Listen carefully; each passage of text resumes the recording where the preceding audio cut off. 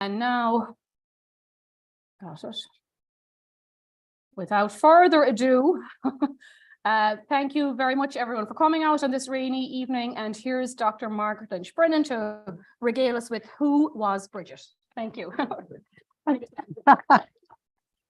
Thanks very much for coming out. It's such an awful January evening, but it's very closely associated with St. Bridget. And why? Well, who was Bridget? Well, as Elizabeth just said to you, Bridget number 1 is the goddess. Bridget number 2 is St. Bridget of Kildare, and her feast day is February the 1st, which is the beginning of the Irish agricultural year. So we're coming up on her. And Bridget number 3 is the Bridget I'm going to be talking about. Okay, by the way, if you come on February 1st, you will hear Marissa Gowdy talk about Bridget, the goddess and the saint. And you will also, if you come early, you can even make St. Bridget's cross with Julia Richards. So think about doing that, okay? So who was Bridget? Well, the Bridget, most Americans think when they think of Irish saints, that's St. Patrick, and that's all they think about. What they don't realize is that St. Bridget and St. Columcille, those are the 3 major saints in Ireland, and St. Bridget is right up there with St. Patrick.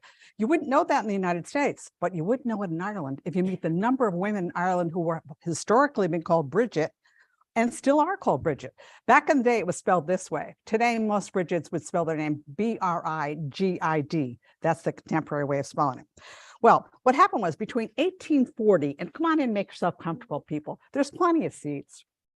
Between 1840 and 1930, and that's the period that I focused my research on, and I focused it on the urban Northeast in America.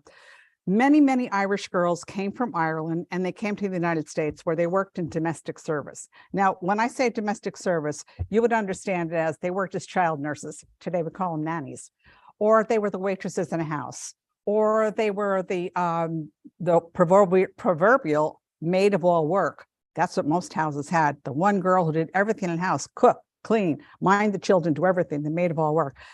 And so many Irish girls came here who were named Bridget that after a while, Americans began thinking that Bridget and Irish servant girl were synonymous.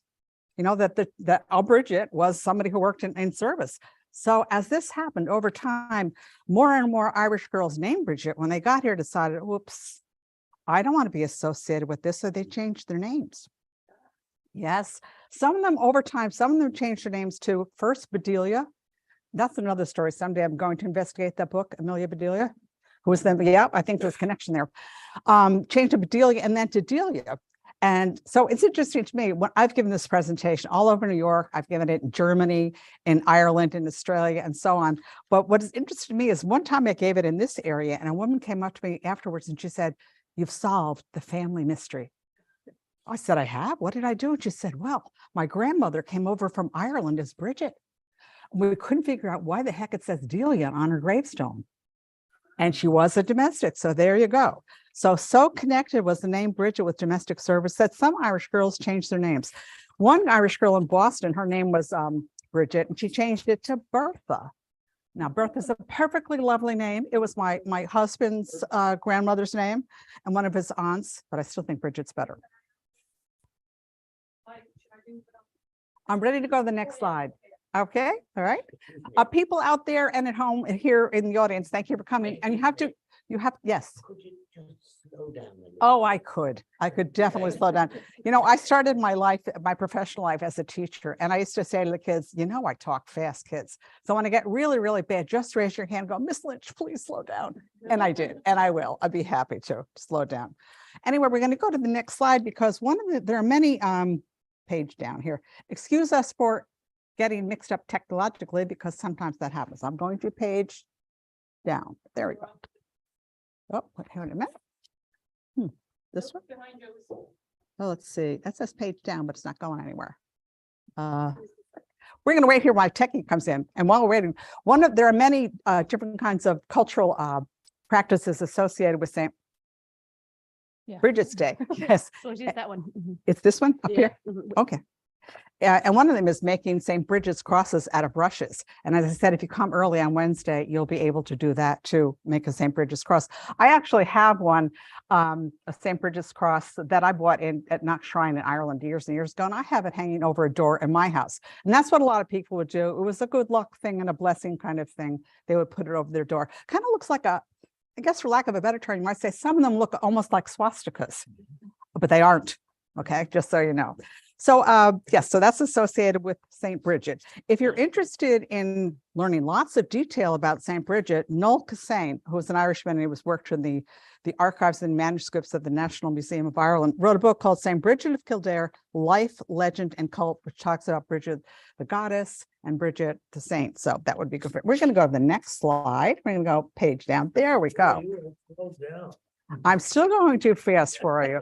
Oh, aren't I terrible? All right, I'm going to slow. Okay. Well, what are the statistics? I mean, how important was this occupation of domestic service in the United States in the period of 1840 to 1930? Well, if you look at the first stat that I have up there, you can see it was pretty important. Because in 1870, 52.3% of all American women who worked for wages worked in domestic service. That was the #1 occupation, both in the United States and in Ireland, for women who worked outside the house for wages. To give you an idea of the importance of the Irish role in domestic service, take a look at that stat for 1880. In 1880, in New York City and Brooklyn, Irish-born women formed 44% of all the domestic servants, and there were more than 40% of all servants in Boston, Hartford, Providence, Jersey City, and our local city, Troy. This extended throughout the period 1840 to 1930, because you can see in 1920 in the United States, Irish-born women still figured into making 43% of the white female foreign-born domestics. So this is the occupation that they came into. The thing about the Irish that's worth knowing is that I told you about the Delia and so on. Okay, I want to tell you one other anecdote about changing names and what Bridget means and how she came to be termed synonymous with working as a domestic servant. I gave this presentation at an historic house museum outside of New York City, the Barstow Pell Mansion Museum, which is on Pelham Bay in New York. I gave the presentation. Came out, was getting into the car when this woman walked up to me and she goes, you know, I got to tell you something. She goes, I am not an Irish American. She said, I'm Italian American. She said, but when my brothers and sisters and I were kids, she said, if we made a mess in the house, she said, my mother would come in, mad as can be, and say, who do you kids think I am, Bridget? And she said, we'd look at one another and go, who's Bridget? Who's Bridget? She said, now I know who Bridget is. So at least I helped somebody learn who that was. We're going to the next slide. Okay. Okay. Usually when I give this presentation, people have questions for me about what it was like for a girl to be a domestic servant in America. And so what they usually said is, well, were the Irish Bridgets different from their mistresses? By the way, look at that term, mistress. That's what girls who lived in private houses and worked as domestic servants called the employing woman of the house. They called her their mistress. Okay. Were they different from their mistresses in terms of class? Well, let's take class first before we look at the other ones. Well, if you got to the United States, that meant you were not the poorest of the poor in Ireland. Obviously, you weren't wealthy either. So you got people who were of really lower class status maybe in Ireland, but they weren't the poorest of the poor. So they ended up working for women in middle-class houses in America who were middle class or upper middle class. So definitely they were probably different in class from the people that they worked for. What about race and ethnicity? Well, you may or may not know that when the Irish first started coming to the United States in large numbers, and they started coming in large numbers, Catholic Irish, and Protestant Irish had been here since the beginning of making the United States. But Catholic Irish did not come in large numbers to the United States until the late 1830s. And then the famine, the Great Famine, and Gert Tamor, the Big Hunger, that caused so many people to emigrate. That was when really the Catholic Irish started coming in a flood to the United States, and that's 1845 to 1852. so on. But before the Irish started coming in large numbers to the United States, they were originally seen by white native-born Americans more as a separate race than they were as an ethnic group. They were actually seen as like the Celtic race. And you have to keep in mind that the Irish were the first non-Anglo-Saxon peoples to come to the United States in very large numbers. You can say in a way that they paved the way for ethnic groups to come to America. Okay? Well, what about religion? So they were different by race or ethnicity than the mistresses. What about religion? Were they similar to their mistresses in religion, or were they not? Oh, they were not similar at all. At mid-19th century, Americans thought the term American and Protestant were synonymous terms. To be American, it was considered that you must be Protestant. So, in fact, many Protestants did not even consider Catholics to be Christians.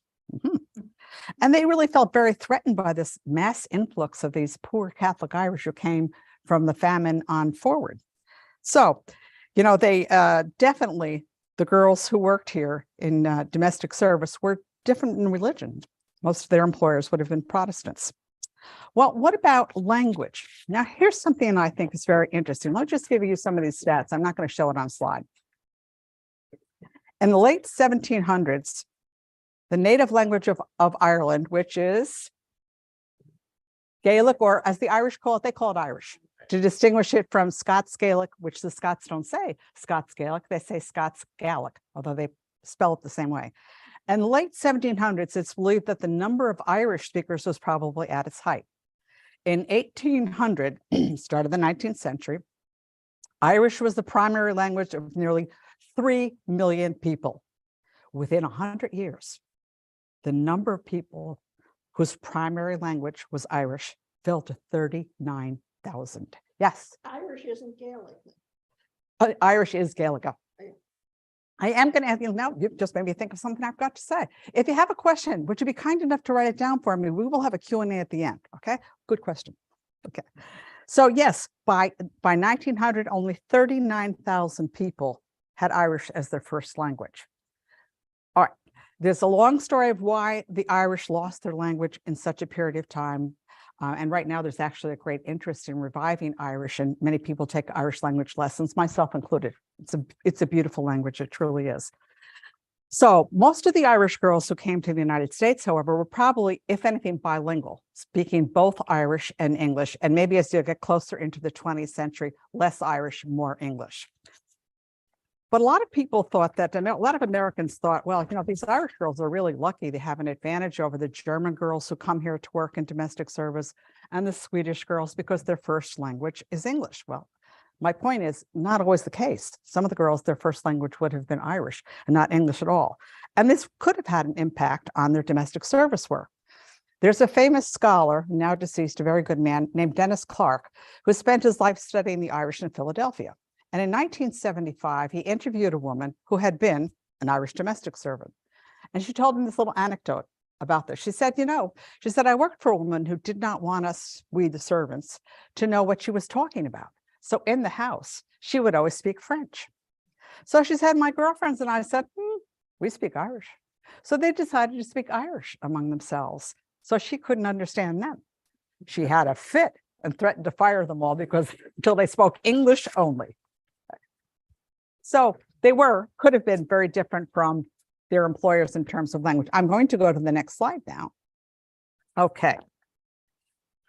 The Irish girls who worked in domestic service, who were called Bridgets, or sometimes the diminutive, which is Biddy, that's a nickname for Bridget, they were made fun of in American magazines like Harper's Weekly, Godey's Ladies Book, and so on. If you go back in the archives and you look at some of the magazines from, say, the 1850s and on through, as I did, you'll find lots of articles about Bridget, the servant, is causing all kinds of problems and so on. So I just wanted to show you this one. This is a Bridget cartoon, and I know you can't read the caption, so I'm going to go to the next slide to show you the caption. But before you do, I just want to tell you that that's Bridget on your right. Okay, she's got the cap and the apron. Those are considered to be the two signs of domestic service. They did not wear French maid outfits back in the day, folks. And some things never change over time. You notice, what's the husband doing? Reading the newspaper, ignoring what's going on between his wife and servant. So let's go to the next slide, all right? This is what the slide had said. Bridget, I told you to boil the eggs soft, and they're quite hard. And Bridget said, what soft does it mean? Well, I've been boiling them this hour, and the water won't get them soft anyhow.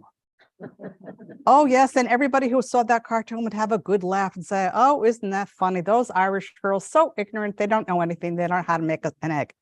You see, there's logic to her mistake, though, because what was the basis of the Irish diet before the famine, and to a lesser extent after the famine? I mean, I'd still say go to Ireland, you get the best potatoes in the world with your meal. And if you're lucky, you get two kinds. Okay. Boiling potatoes makes them soft. So there was logic to her mistake. Unfortunately, boiling eggs does not make them soft. Right? Okay. You know, the data that we have from the 1830s, right before the famine, about just how many potatoes each of the poorer Irish segment of the population would have eaten per person per day is absolutely astounding. We have data that show us that Irish men ate nearly 13 pounds of potatoes per person per day, and women ate about 10 pounds of potatoes. Because by about 1840, about 40% of the Irish population was what we call potato dependent. That was the staple of their diet. Now you're probably thinking, oh my God, those poor people, they must have been in terrible physical shape. Not true. Whether you know it or not, a potato-based diet is actually very nutritious. And when you add to that they would have buttermilk and then some cabbage and some turnips, they were actually in very good physical shape. It was a bland, boring diet, but it was actually a very healthy diet. In fact, observers from England who came, and I think of Arthur Young, who came and did a tour of Ireland in 1798, he was amazed at how much better poor Irish people looked physically than poor people in England. So it was a good diet, but I'll count 10 pounds of potatoes per day. I like my potatoes. Oh, I don't think so. Okay, let's go to a next slide. Yeah, that's a lot. Here's another one. Do you notice the difference, however, in this cartoon as compared to the first Bridget cartoon that you can see?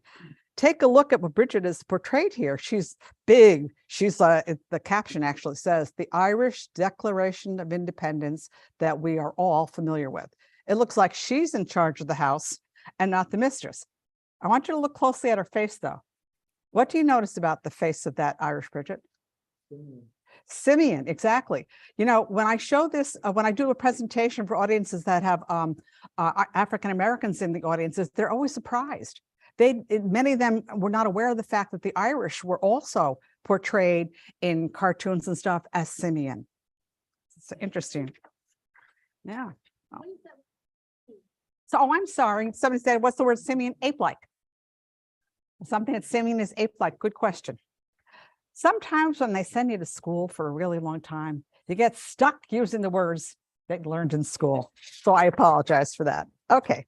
Now, when Irish girls came here to work in service, many of them came, I shouldn't say many, some of them came with what we call a reference or a character. And this is one that a woman in this area gave me that belonged to her great-grandmother. And it's from Tullamore, you know, the town that's halfway in Ireland, halfway between Dublin and Galway.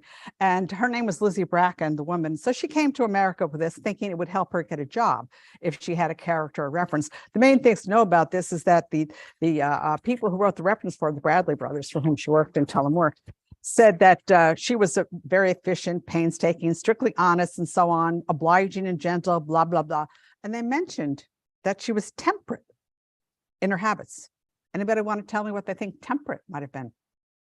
She didn't drink. You're right. Definitely. Now, this character or reference was very important to getting a job, both in Ireland or getting a domestic service job in England. It wasn't that important in the United States, but those who had one, it would one little, maybe leg up. And people always say, well, how the girls got here, how the heck did they get jobs? Well, they did it the way most people do when they come from one country to a foreign country. First, they got it with the aid of the Roman Catholic Church. Church is very important to the story of the Irish domestics. There were networks here. We may not realize it now, but there were networks. There were networks meaning that there might be an Irish priest who's outside of Troy and is going back to Ireland, and he knows people in Ireland. And so there's a girl from Ireland that he knows is coming to America, and he knows she needs a job. He knows the family. So they get her a job. And so there are things like that. They can get jobs. In fact, one person One woman I interviewed said her mother, that's how her mother came over. I'll show you a picture of her mother later on. And she got on a train. She was actually coming up here from New York, and she got on the train, and the priest must not have been seated with her in the same seat. And he gave her a banana to have. She'd never seen a banana in her life. So guess what she did? Ah, yes, she ate it, skin and all. And her daughter told me never again in her entire life did she ever go near a banana. I'm sure he didn't mean to be cruel or mean. He probably just neglected. Once you get used to having these kinds of fruits and vegetables, you forget not everybody has seen them. So the girls got these domestic service jobs through the aid of the Roman Catholic Church, the Irish community. I'll talk about the Irish community later. The Irish community, if somebody knew that a girl was coming over from a certain town in Ireland, they might look to see if they could find her a job, or if they had family here. Their family would say, okay, our niece Brigid is coming over. Let's see if we can get her a job as a domestic servant. Would do things like that. And they also got their jobs. So what I think this is such an interesting name for the employment agencies. Employment agencies for servants were called intelligence offices. I have no idea why. I've not been able to find why, but I think it's very interesting. So relatives, word of mouth, but they also oftentimes would get jobs through newspaper advertisements. And we will switch now. These are what I call NINA ads. No Irish, need apply. And there were things that said such like this. The first top one there is from 1853 from the New York Daily Sun. Woman wanted, blah, blah, blah, blah, blah, any country or color except Irish. The one below it's from 1876 in Syracuse. Wanted a girl to take care of children. None but Protestants need apply. You see, Catholic and Irish sort of became synonymous too. So if you said none but Protestants need apply, you're really saying, no, thank you, no, thank you, Irish, we don't want you. Okay. The thing is, and I'll go through a few more of these and tell you, okay. And here's one that's from the Boston Evening Transcript. A first-class Protestant cook, and then lower says Irish need not apply. And this one is also from the Boston Evening Transcript in 1868, which says they made it emphatic. Positively, no Irish need apply. Okay. The thing that's interesting is that although there were lots of American women who did not want Irish girls as their servants, they hired them anyway. That's a conundrum. They did not want what they considered untrained raw girls from Ireland to work inside and live inside their houses, but they hired them even though they sometimes had ads such as this. And why would they do that? Well, that's because the girls they wanted, native-born American girls, wanted no part of domestic service jobs because it was considered low-status work that stigmatized the worker. It was not a job one aspired to, like being president of the United States. Okay. So go to the next slide. Lots of times people will ask me questions about the Irish girls who came here. One of the things they always want to know is, well, how old were the Irish girls who came here? Were they young, old, medium, whatever? Well, most of them were very young. In fact, the median age between 1850 and 1921 was about 21, but some were as young as 13. In fact, so many young girls, and this includes Irish and non-Irish, in 1911, there were so many young girls employed in domestic service that the United States Department of Commerce and Labor said that it indicated, quote, a large child labor problem, end quote. Now, since the girls were young, most of them were not married because they were so young. People always say to me, well, did they come in large or small numbers? They'll ask me, I should say, whether they came in large or small numbers to the United States. Well, they came in large numbers, and this is something that makes the Irish immigration to the United States different from the subsequent Italian and Greek immigrations. You see, the Irish immigration was heavily female. Later, when the Italians started coming in large numbers, it was Italian men who came here. Very few Italian women. It wasn't until the Italians decided to say, settle here in the United States, that they'd send back to Italy for a wife. Okay? But a lot of Irish women came here. At some points in the 19th century, the number of Irish women who came actually exceeded the number of Irish men. Well, how did they get here? People always ask me that. Well, most of them would have taken passage on boat from Ireland. And traditionally, people would say, well, no, those Irish, they sent those girls all by themselves to America. That's technically not true, because what they did was, if I was a mother and I had a daughter I was going to send to America to work probably in domestic service. And no one else, and she was going to be the only one in my family going in 1 year. And there were particular times in the year that they would go. Usually they went during the summer from like April to October, because you wouldn't want to cross the Atlantic in the cold winter on any kind of a ship. What they would do is they'd find somebody else in that town who was also going to be on the same ship, who would also be going to the same place. So while it may be, on one hand, you could say they did come alone, never really alone. They usually had some other people from their town who would be like their escorts or be on the same boat with them. So, and they came, as I said, via boat. There's a long story. We had a transportation revolution during the 19th century in which the kinds of ships that we took got progressively better, and the voyage itself got shorter over time. But I'm not here to talk to about the transportation revolution, so I'll let go at that. Okay. What they came also is what we call chain migration. Now, that's a scholarly term that just stands for something that makes a lot of sense when you think about it. If you're a poor person and you go to the United States, okay, and you're from what the Irish called a long family, that meant there were a lot of children in the family. Suppose you were the eldest girl and you got a job in domestic service in the United States. Well, you saved your wages, and after a while, you'd send for one of your sisters, and then she'd come over, and then she'd get a job, and then she'd save some of her wages, and she'd send for the next sister. And then the next sister would come, and then she might save her wages and send for the next brother.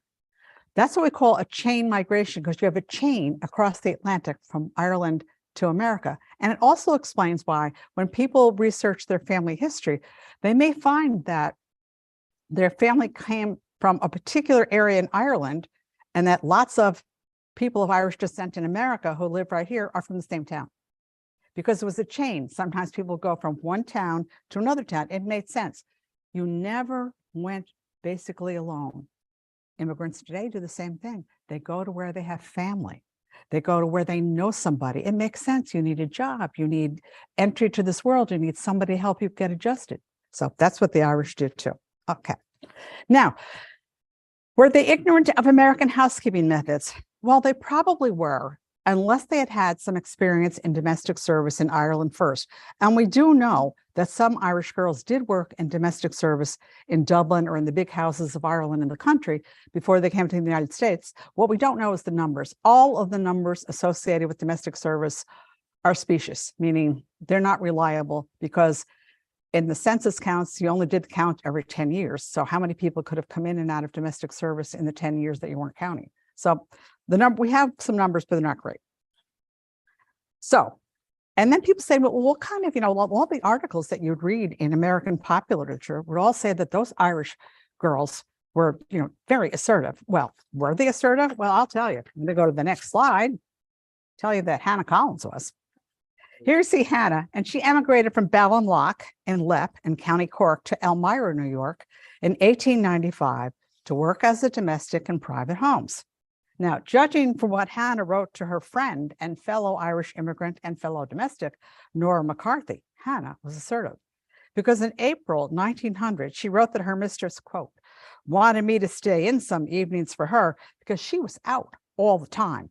I told her. I was not a nurse girl, nanny, to be taking care of kids. They're old enough to mind themselves, end quote.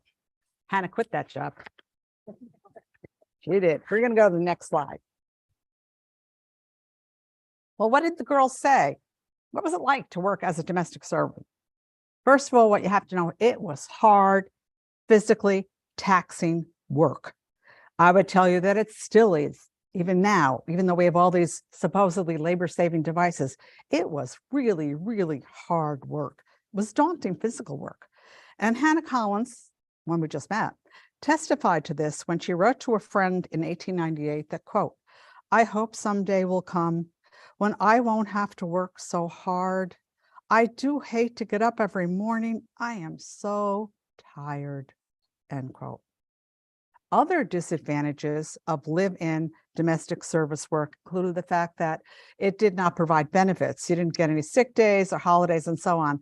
But let me quickly tell you that no other working class people got benefits during this period either. It wasn't until the rise of the union movement that we started having benefits for working class people. But one of the things about domestic service that probably would have been really hard for young Irish girls is that Their employers did not want them to have any followers. Anybody want to guess what a follower might be? A boyfriend, yes.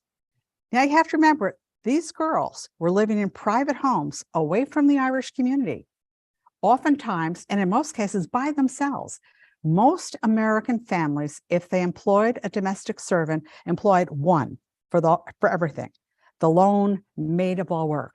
Imagine being 16, 17 years old, coming from Ireland and going to work for people who are not Irish, who are not Catholic, who lived in a different part of town, probably from where all the Irish fellows, would have lived, and living there with them and no followers. Might have been tough, huh?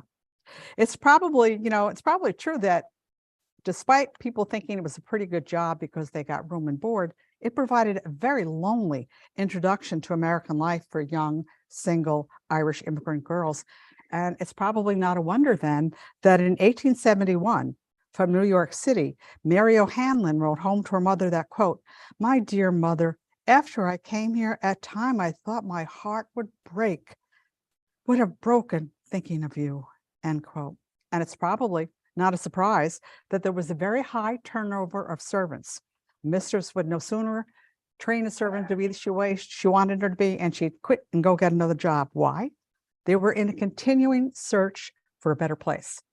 Now, these Irish girls would never have told you they worked in domestic service. They would have said they did housework. And they would have described where they worked as the place. I'm looking for a better place, more money, less work. That's what you would have been looking for. Okay. So we will not go into any details about how hard the work was. I'm just going to skip over. But if anybody has any questions about what I'm talking about when I say it was hard physical work, please read my book. Yeah. And by the way, there are some, Elizabeth has some, Dr. Stack has some for sale at the end, and I'd be happy to autograph them. We're going to go to the next one. Okay. What you're looking at here is the third floor servant quarters at Lindenwold, which is the Kinderhook, New York home of former President Martin Van Buren. Okay. Now, live-in service was stereotypically seen to be maybe a good occupation, or at least to have offered some advantages for newly arrived immigrant girls, because you got room and board. You got, a roof over your head, and you got some food. Okay. And in addition to that, you got wages. So, all right. But you see, the room that was provided to servants was oftentimes less than desirable. What you're looking at is the third floor servants' quarters. It's cheerless. Imagine living there and then having to go downstairs and clean the beautiful family rooms below. The disparity between what you lived in and what they lived in would have been quite apparent. Board that they were given, sometimes the board wasn't very good either. And this in a time when it was physically taxing work that they had to do. So good nutrition would have been really needed. But the food sometimes was lesser quantity or lesser quality. And in some families, they got the leftovers from the family table. So other disadvantages of live-in domestic service, well, it was a long workday, considered to be the longest workday of working women because it was normally 10 to 12 hours long. It was a long work week. It was a 7-day-a-week job with time off for Thursday night, the proverbial maid's night out, and perhaps on a Sunday afternoon. And if they were lucky, they could get time off to go to mass on Sunday morning early. So they had very limited time off, long work week, long work day. Well, given the fact that it was, I'm going to go to the next slide. Given the fact that it was, I'm presenting it as if it was, not the greatest occupation. What about the wages that were paid to domestics? Well, here's the interesting part. The wages were actually considered to be pretty good, and I'll explain why. If you take a look at this, you can just see some average wages here. I'll let you read that. You don't need me to do that. But they were actually, the wages, number one, you have to remember, the wages varied by geographical location and by the kind of work you did. In other words, in a big city, you're likely to have gotten better wages than if you lived in a little rural area. And if you worked in a big house, like say for the Rockefellers, where you had many servants on staff, the work would have been divided up by the number of servants and the pay was better. You'd have less work and more pay. What's not to like? But the thing was, that was the kind of job you would have had to work your way up to that. Okay. So Lucy Maynard Salmon said the wages were pretty good. She was a landmark person in the study of domestic service, and in the late 19th century, she did basically a sociological survey of servants, and she compared the domestics in Boston to public school teachers in Cambridge, Massachusetts, and she concluded that although the teacher's income was higher, actually domestics made more money, and that's because teachers had more expenses. See, teachers would have had to have car fare to get to the school. They would have had to have clothing that was appropriate to being a teacher. They would have had, anybody who's a teacher here knows this, pay out of their own pocket for teacher supplies, for school supplies. They still have to do that. They would have had many more expenses, whereas a girl who lived in domestic service, she just needed a few, what they wore basically was cotton dresses to work as servants, and they lived in the house, and they got their food, and they got their board, and in addition to that, they got wages. So basically they could save some money, which is considered to be pretty good. So people always say to me, well, if the wages weren't that bad, let's go to the next slide. What did the Irish Bridget do with her earnings? Well, yes, this is important, yeah. Like other Irish immigrants, they often sent some of their earnings back to Ireland, and the earnings were called remittances. So remittances from America. But when the money got to Ireland, it was called American money because that's where it came from.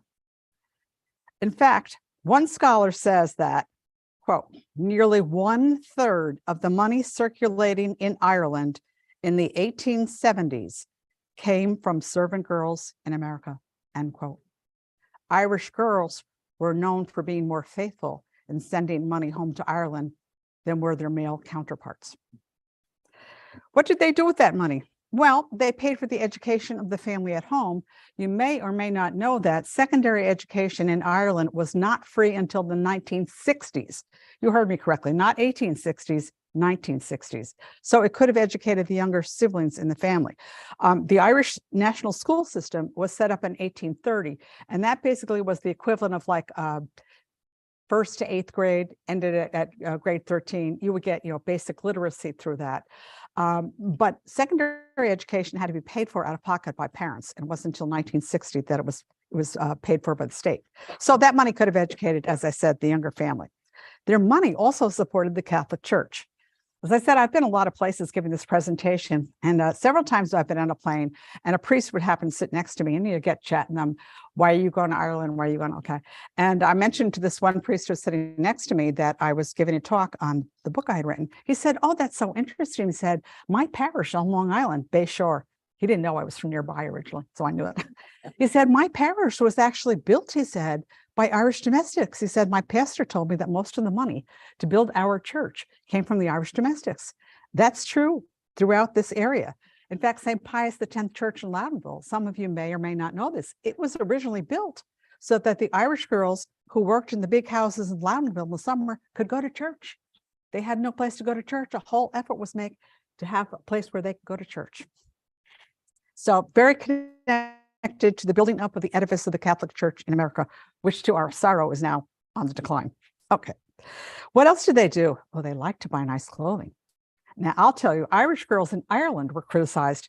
Irish domestic servants in Ireland were criticized for their love of fashion. Well, they were criticized here too. They loved to look nice. In 1906, it was said that, quote, the average, and they were talking exclusively about Irish girls here, the average Irish domestic worker spends most of her week's wages on dress, end quote.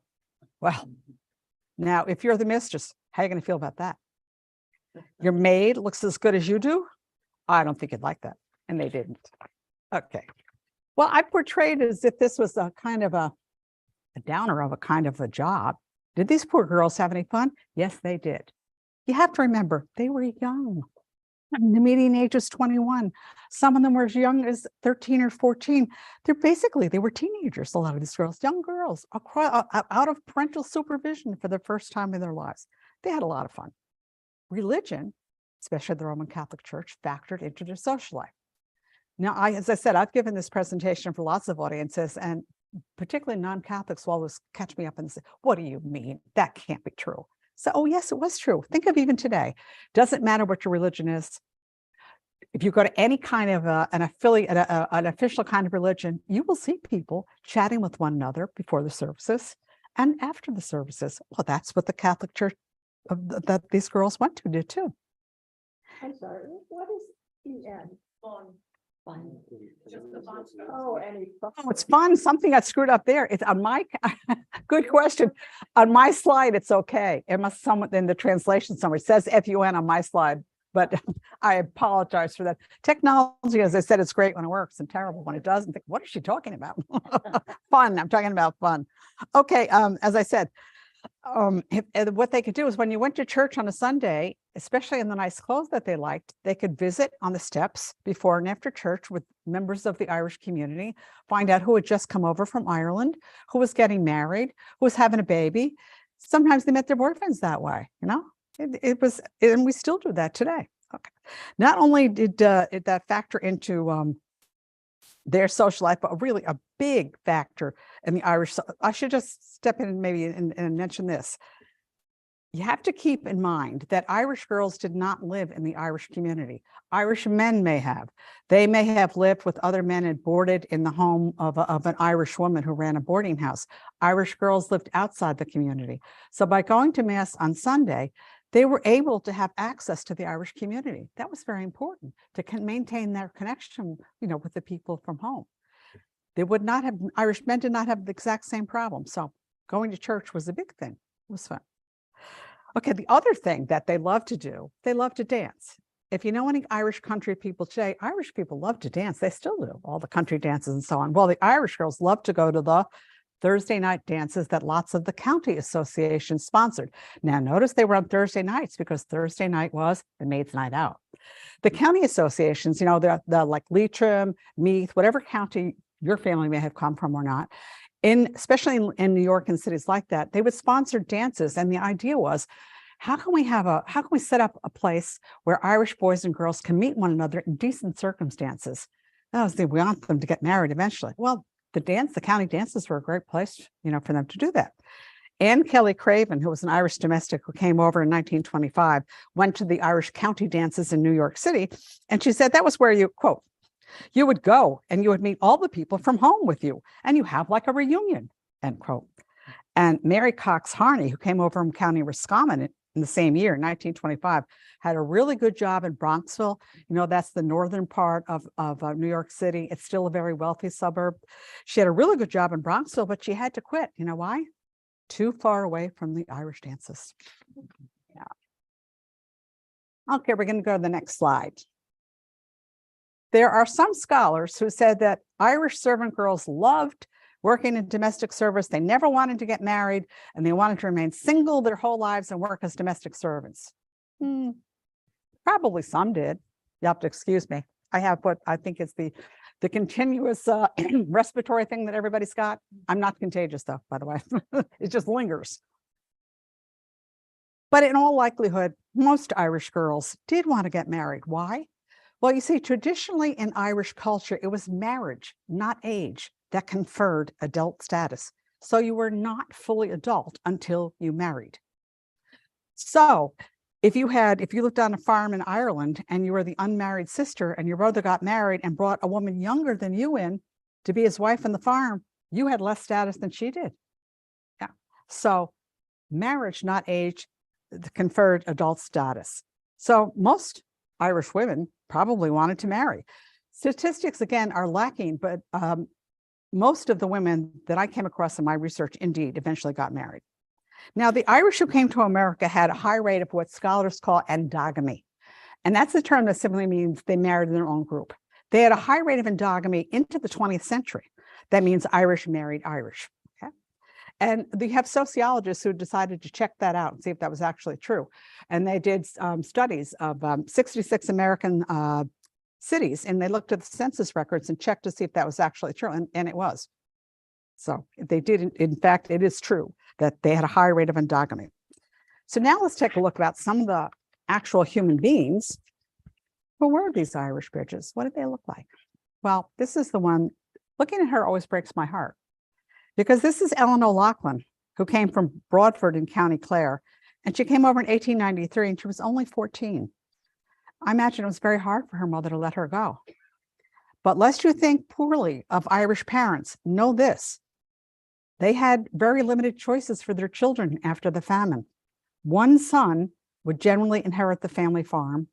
One daughter would generally get the dowry, or the Irish called a fortune, that you needed to get married, and the rest of the children they would try to make provision for. That provision that they tried to make for their children oftentimes required that they send them abroad.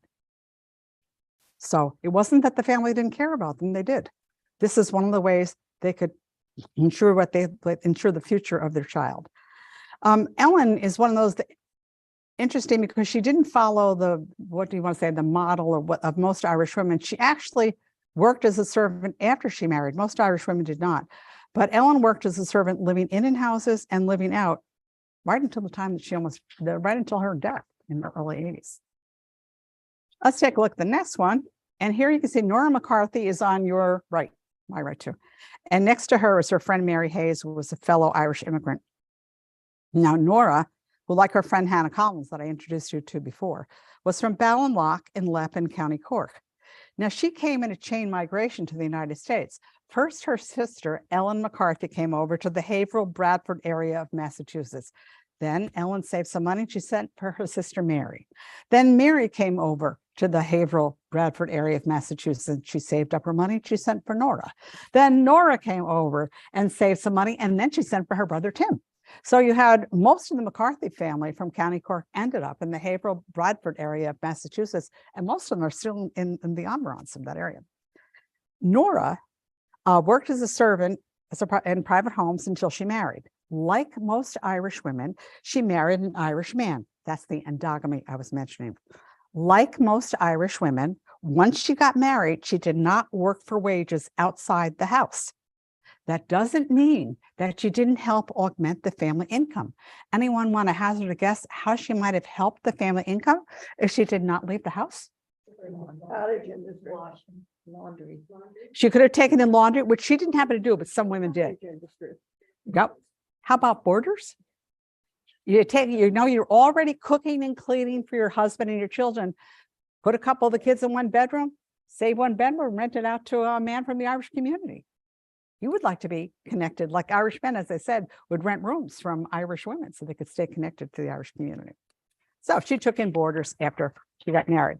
The next woman that we're going to take a look at is Catherine Larkin, who came from Ballinrobe in County Mayo. She's one of the women that we know did work in domestic service in Ireland before she came here. She and Lizzie Bracken, at least two that we know of.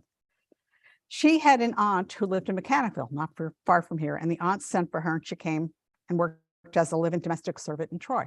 Then she got married in 1914. She married a man named George Vaughan. What happened, though, was, unfortunately, after she had a family of small girls, her husband died quite young. And then she was stuck with, how am I going to support my girls?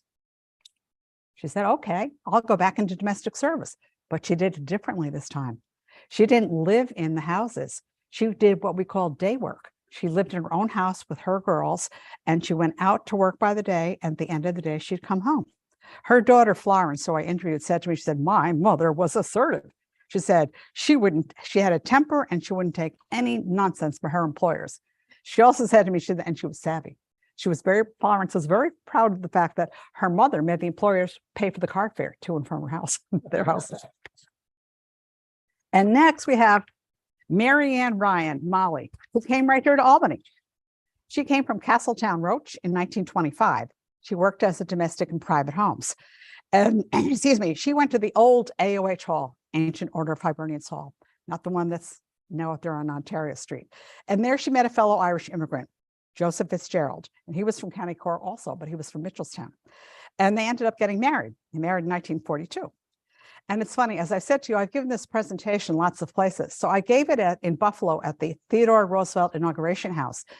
And as I got to Molly Ryan, I could see somebody wanted to say something. At the end of the Q&A, the man stood up and said, I know Molly Ryan. He said, she was my landlady. He said, and my buddy, Donnie Arnold, we lived in the rooms that Molly rented out, and Donnie fell in love with her daughter, Betty, and they got married. And if any of you know Betty Arnold, well, I know she's a lovely person. It's true. And I just thought that was so funny that I was in Buffalo and he'd say, I know Molly Ryan. Due to the nature of the kind of job that it is, we don't have very many famous Irish domestic servants, but we do have at least one. And the most famous one that I can think of is Kathy Buckley, because she came from Dr. Stack's hometown. Did I say it right when I say Listowel? Okay, good. That's where she was from. And she was the White House chef for President Coolidge. Pardon? Where was she from? Listowel in County Kerry. Said it, Listowel. Listowel, did you hear it? County Kerry.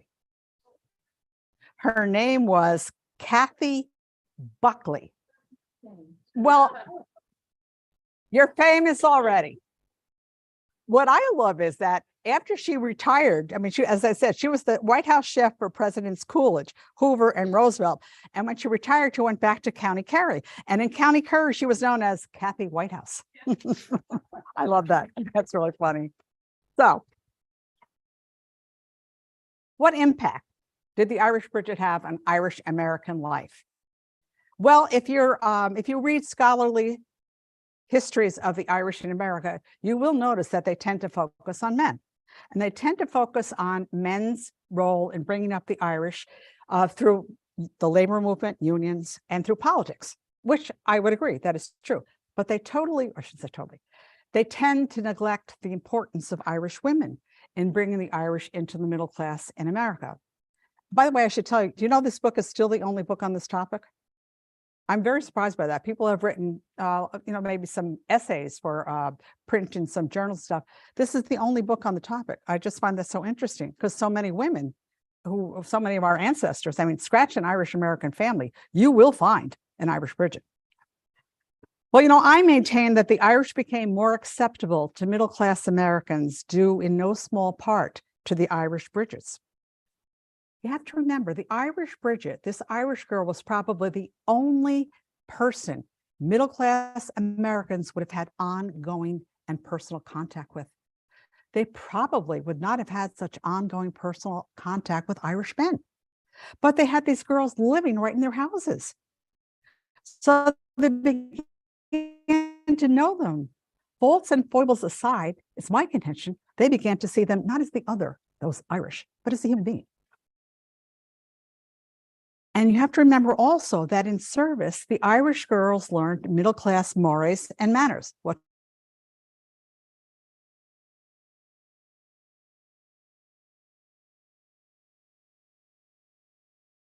class Americans. And since most of them married Irish men, you better believe, I do, that they instilled that into their families, that they tried to raise their children to know what those middle-class manners and mores were. Actually, one Irish woman who worked in domestic service when she first came to the US said, it wasn't hard to learn. You see, you have to learn in a hurry. They did. If they wanted to keep their jobs, they had to quickly learn how to do things the American way. So I contend they had a big impact on the Irish American life. Most of the Irish women who came to the United States and first generation, I should make this clear to you, scholars call the immigrants themselves first generation. Their children are second generation. I know that's confusing to a lot of people who aren't scholars. They tend to think of the American born as being the first generation. That's not how scholars look at it. If you come from Ireland, you're first generation. Your children are second generation. Most Irish women who were the first generation, worked in domestic service, not their daughters. Not their daughters at all. And that was really much to the dismay of lots of Americans like Mary Gove Smith, who commented in 1906 that, quote, "It is unfortunate for the occupation that the second generation usually feels domestic work beneath its dignity," end quote. Would anyone like to hazard a guess as what the number one occupation of the American-born Irish girls was? Teacher, that's it. Yeah, you can see it in my own family. My mother's aunt, her parents were both Irish immigrants. And what did her aunt do? She was a teacher in Waterbury, Connecticut. Yeah. In fact, it said that in 1908, 20.1% of New York public school teachers were second generation Irish women. Teaching was the job of the second generation, whereas domestic service was the job of the first generation. And so I wrote this book. And why did I write this book? Because even though I believe that Irish women were instrumental in the rise of the Irish into the middle class in America, most histories of the Irish still tend to focus on Irish men. And don't misunderstand me. I think it should be proximate. Both were important in bringing the Irish up into the middle class, because I believe that the Irish Bridget was crucial to Irish upward mobility in the United States. Not only that, but Focus on the Irish Bridget tells us about the most important wage category for women in the period. And in addition to that, it tells us a lot more about American history, American women's history in particular. So thanks for listening to me, and I'd be happy to answer questions.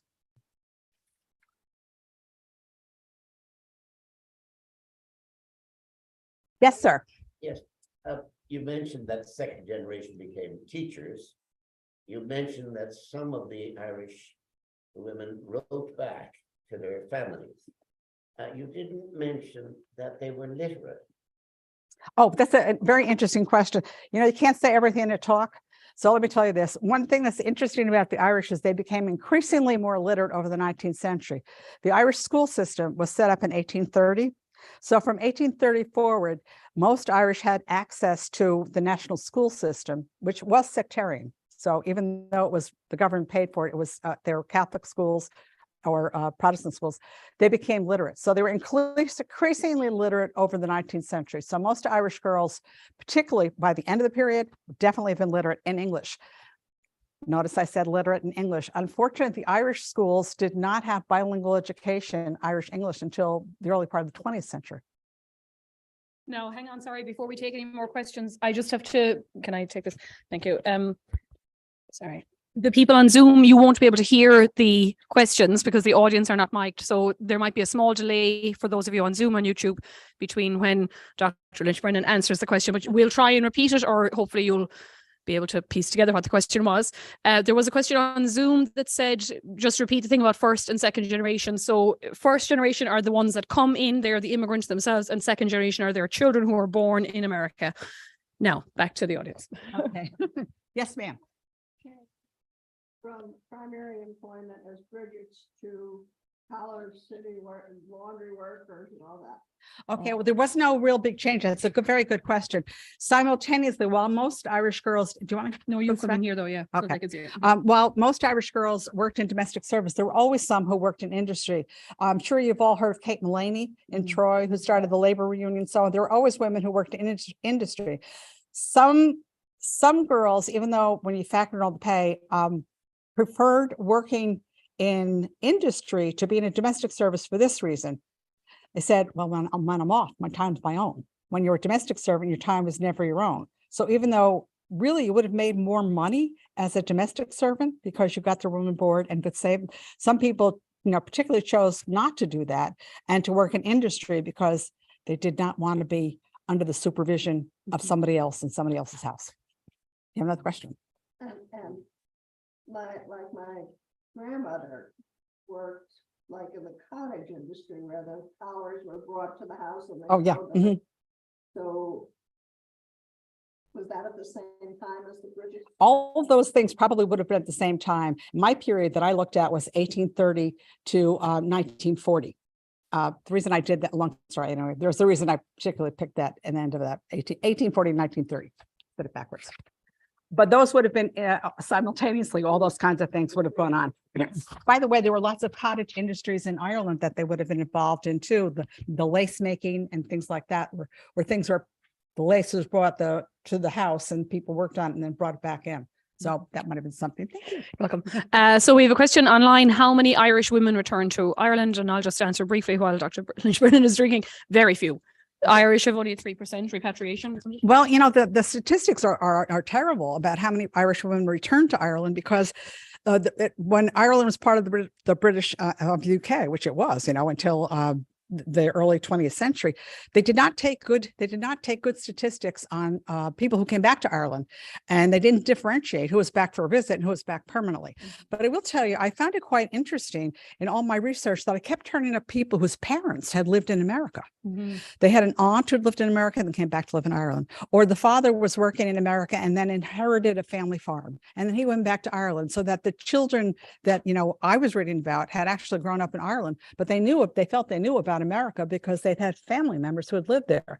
But exactly how many, we just don't know. I think there were more return Jenks. That's what the Irish Then call we you when you think, go back. Yeah. I think there were more than people say, but we don't have the stats. Next Mhm. question. Yeah. Didn't quite a few of the Irish lie about their ages and enter school in the USA as it was free? Oh, well, that's an interesting question. But remember, when I'm talking about the Irish domestic, they weren't going to school. Yeah. They were working and living in somebody's house. So it would depend on what period you're talking about. I don't think so, because the Irish had access to a free public school system. Well, if you want to call it public school, the national school system, which are bringing them to about grade 8. And you have to remember, in the United States itself, my grandparents only went to the 8th grade. Mhm. Okay, so I mean, so you're in that period, that would have been probably considered more than enough education and to get a job. So during this period, it's most unlikely that anybody came here to have access to the school systems. Mhm. Ma'am, Yes, sir, I'm sorry, I couldn't tell. do you have any information about whether these young women were like sexually abused by the men in the house? Just repeat the question. That's a very, very good question. And it's people frequently ask me, and I do address it in my book. Interestingly enough, it always happens, but interestingly enough, the Irish have quite a reputation as being chaste, chaste, and that I don't know whether it's because they were so young or they were very intent on practicing their religion. Not all of them, of course, but lots of them were. They seem not to have suffered this as a whole, the intense sexual harassment other domestics have suffered in domestic service. Not that it didn't happen, but it does not seem to have been a widespread issue. What I read about it in the literature of the time indicates it wasn't a big thing for the Irish. And that was written from American point of view, not Irish though. And of course, they might have kept it quiet. if Oh, they would, were- yeah, always would have. kept it quiet, you know, they wouldn't have said. African American servants, that the Irish Bridgets had the support of the church.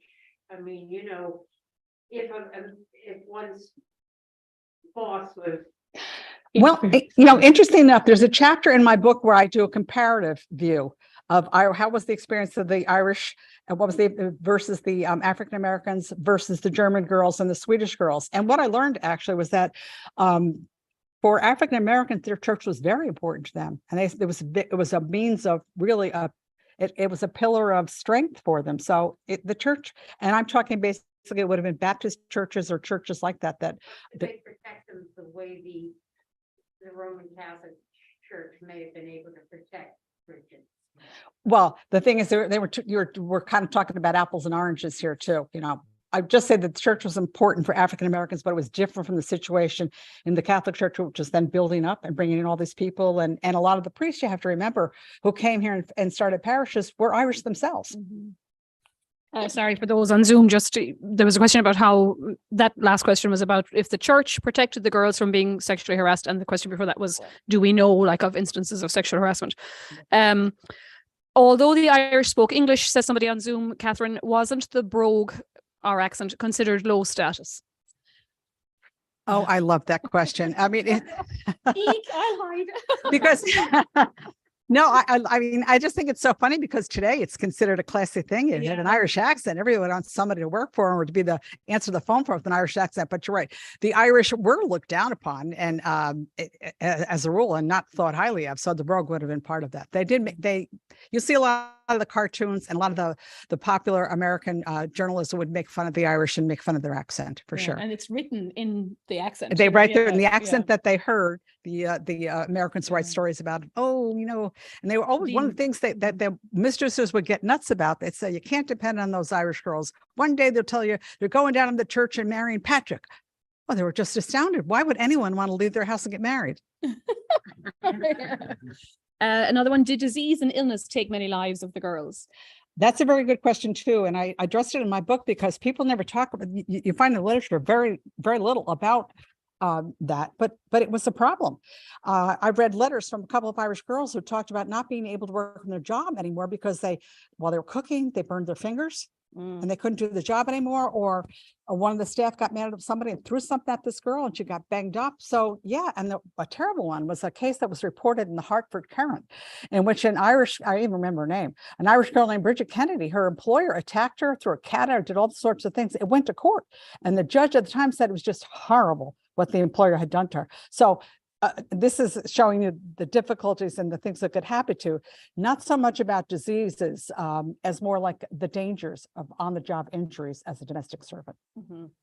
Another person asks, how many Irish girls ended up becoming nuns in the Catholic Church in America? Was this a profession that would have appealed to them for any particular reason, such as financial support, etc.? Well, a very interesting question, because there were very few nuns in Ireland in 1800. By the end of that century, there were tons of nuns. So you have to understand what happened in Ireland to know why this happened. There was something called the devotional revolution. As time went on, the Irish could build churches. You have to remember that at the beginning of the century, the Catholic religion was, put it this way, the Church of Ireland was still the official religion of Ireland, despite the fact that most of the people were Roman Catholics. So as the century goes on, you have a growing fervor, shall we say, for Catholicism in Ireland, and many, many people became nuns. Now, I don't know about you people, but when I was a child, that was considered an excellent possible avocation for women. No, really, truly, because you had respect, you had a good job, and if you didn't want to get married, this was a great way to spend your life. You could do good. You could do good with your life. If you like children, you could work with children, and you had societal respect. The same thing was true of priests. That is not true now, but it definitely was even during my childhood. So that would have been quite good. So the number increases over the 19th century due to a lot of factors in Ireland. One of which the factors is the devotional revolution, the growing setting up of the edifice of the Roman Catholic Church in Ireland. I'm not going to tell you all the details, but they started building churches too, because before that they would have, Catholics didn't even have churches; they had chapels. The Church of Ireland had churches. Margaret says, where can I purchase your book? It is probably available on Amazon. We have it here in the store, but you can definitely get it. You can get it on Amazon, definitely, and you can go to local. And here, my husband's going to yell at me. You can also go to the library. Yeah, and the library. Yeah, but no, buy the book. Was it easier for an Irish girl to get a job than for an Irish man in the 1800s? Well, different things. Well, you're talking apples and oranges, but I think the best way to answer that would be say it was fairly easy to get a job as a domestic servant. It was. Irish men would not have been, I should all tell you, there were Irish men in domestic service, but a different kind of domestic service. They would have been the men who ran the stables in a rich person's house. They would have been something like that. So there were Irish men. If you go to Frederick Church's house, Olana, down in the Hudson Valley, he had Irish people, including an Irish man who was in charge of the horses and stuff. You're saying that the Bridgets came here and went into domestic service, but all of those ads that you showed us said no Irish need not apply. So how did they get jobs if there was such a prejudice against? That's good. You probably missed the one point I was trying to make, that even though the mistresses didn't want them, they hired them because the women they wanted didn't want the jobs. That's why. So they were stuck with them. I guess that's the best way of saying it.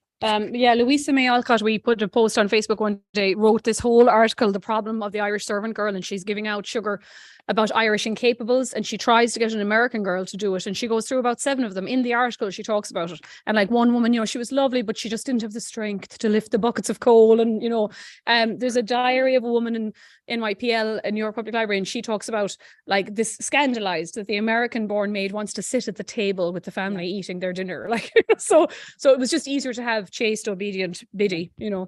I'm just looking here on YouTube, someone is saying my grandma did XYZ. She swore like a sailor in Gaelic. We do it in English too. My maternal grandparents came over in the 1920s and they met in New York and Harlem. So that lady that worked for the White House, she went back to Ireland, as you said, Kathy Whitehouse, as they called her. And one morning her brother complained about the porridge that she made him. And she said, if it was good enough for 3 American presidents, it's good enough for you. Shut up and eat it. Here's Lynn. What were the statistics of a Bridget getting out of domestic help and becoming an independent owner of a business? Oh, I have no statistics on that. I have not seen in any of the research I've done any statistics on that. It was not today. One might do that, work in domestic service and then be an entrepreneur and set up your own business cleaning service like Night Riders and Latham stuff. I have no information on that. Maybe some women did that, but you have to remember, most of them wanted to get married.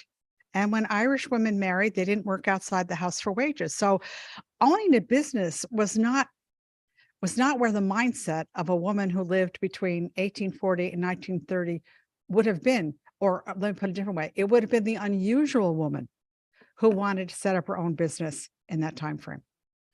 Anybody else have a question? Yes, sir. How many years did the average Bridget work at a house? Oh, that's a very, is this a microphone? Mhm, Okay. How many years did the average Bridget work in a house? Well, that was the huge thing that the employers complained about. Not long would be my answer. That being said, there were women who got along great with their employers, who worked 25 years in a house. In my research, I found people only worked for one employer.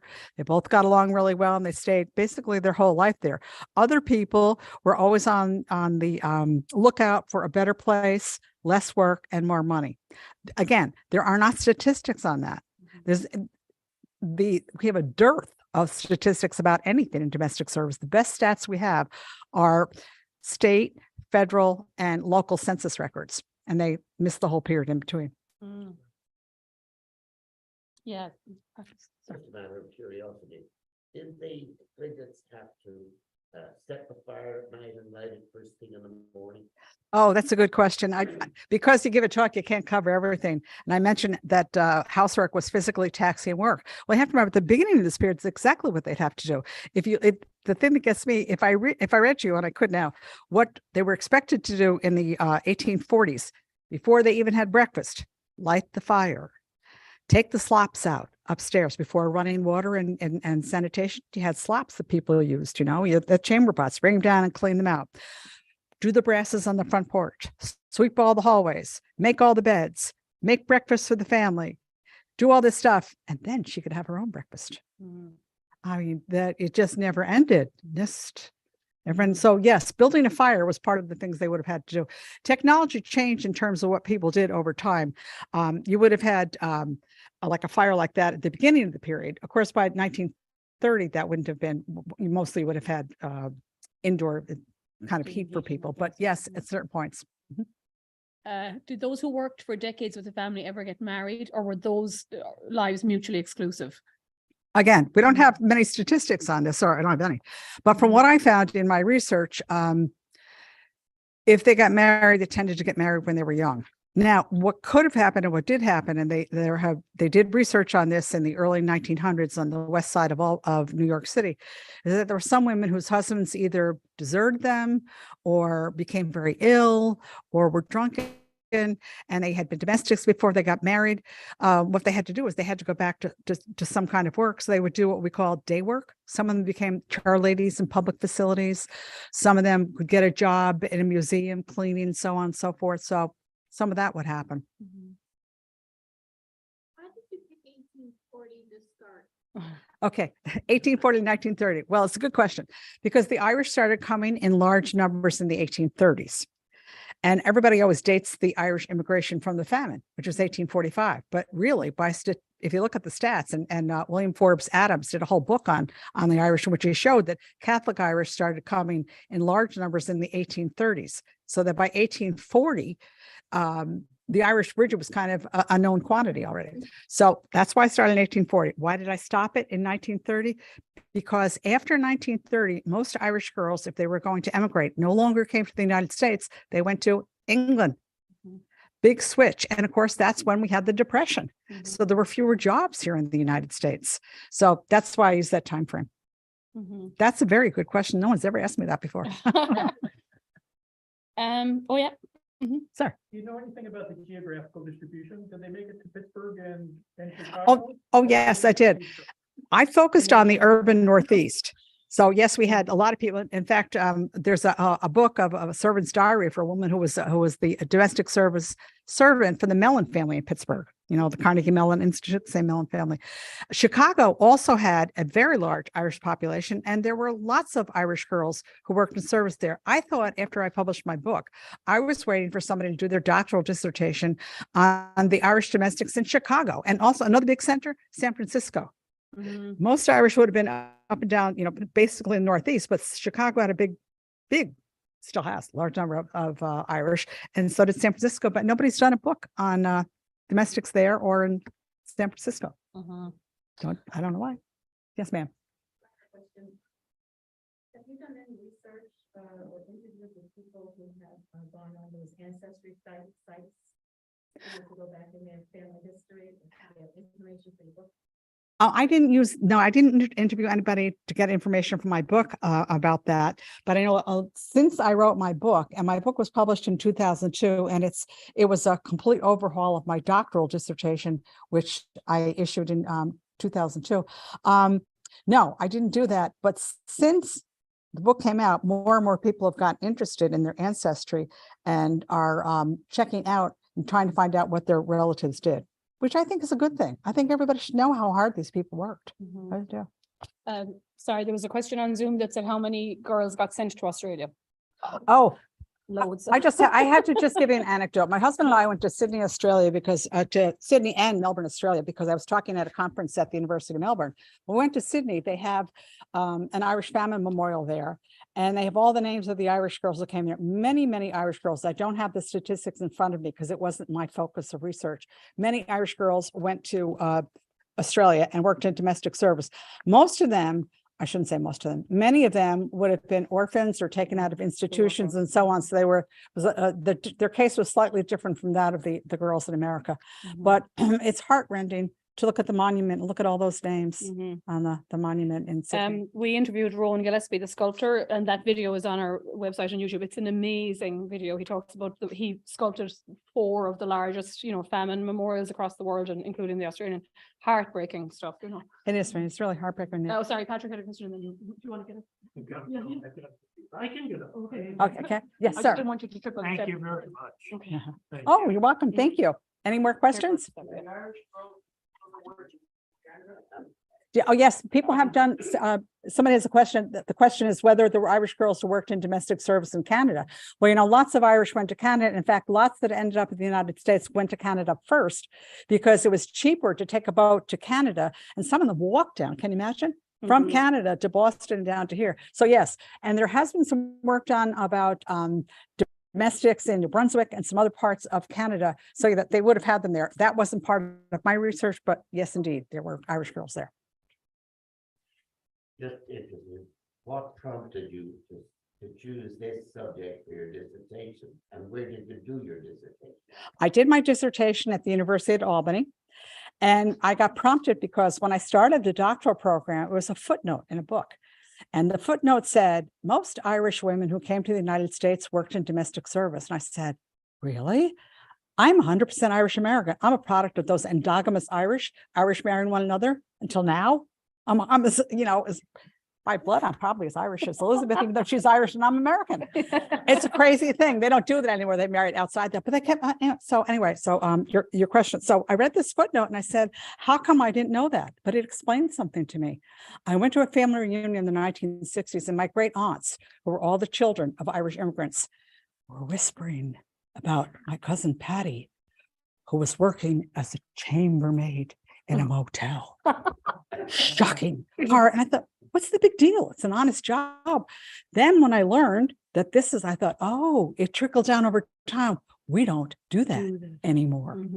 So I said, well, I'll check that out. And when I went to write my dissertation, I went to see if anybody had written on that. I found they had not. And I thought, okay, I'll try. Good question. Just one thing, there was a question on Zoom to say, well, a lady said all her people are Irish who marry Germans. Oh, and how does that figure? But they do, like they marry Germans and Italians, but mostly in your time period. In this time period, mostly they married Irish, but the second group that they married, second and third groups were Germans and English. Oh yeah, and because the Italians weren't here in the first part of this period, the Italians did not come in large numbers until the 1880s. So now you find lots of, half my relatives are all half Irish or half Italian, because lots of intermarriage between the Irish and Italian that would not have happened earlier in the period. The Italians were just not here. Yeah. Go ahead. Yeah. Is your doctorate in history? It is American history. Another lady says, on Zoom, just she's doing her genealogy and encourages all of us to tell our stories and to gather these stories. They're so important. So on that note, I think we'll. Oh yeah, sorry, one. What is the distinction between the governess and the domestic and servant? Governess. What's the difference between a governess and a servant? Oh, that's a very good question. Well, governesses were in no man's land. They actually, in most houses, had the position between the family and the domestic servants. They usually came from an upper class background and they were a genteelly poor or something. No, usually it was like the poor relation who would end up being the governess. So they did not consider themselves doing the same class as domestic servants. But unfortunately, I think it must have been a difficult job because they considered to be part of the family. So that put them in a no man's land. Yeah. Come across a lot of Irish women who were ended up being governors. No, I came across no Irish women who became governesses. Probably some did, but remember, most of them would have had a basic education when they got here. They would not have been well-educated people that could have gone out and said, oh, I'd like to be a governess in your family. No. Mhm. In fact, when I asked one woman why she became a domestic servant, she said, well, what else could I do? And that was the case for most of the Irish women. There was a job, they could do it. Remember, most people thought the only requirement for doing a domestic service job was that you be female. So Mhm. even if you didn't know anything, you know, You could do it. you could do it. Mhm. So loads of thank yous coming in on Zoom and on YouTube. Thank you to our audience. I'm sure you're all delighted. Again, we have the book out there if anybody wants to buy it, and Dr. Lynch-Brennan will sign it. If you buy one, I'd be glad to autograph it. And that's it. We'll see on Wednesday. We're doing Making a Bridget's Cross, and we're having Marissa Gowdy, who's a thank you, Brian, who's a writer and a kind of scholar and meditation leader, and she's going to talk to us about the divine feminine and Bridget as goddess and saint. And then on Saturday we're here with the crazy and crazily talented Triscaeli band. We're going to be in here celebrating, so we'll have a good bit of crack with them. The name of the book is The Irish Bridget. Mhm. It's the Irish Bridget. By Dr. Margaret Lynch-Brennan. Okay, so thanks everyone. Good night and happy St.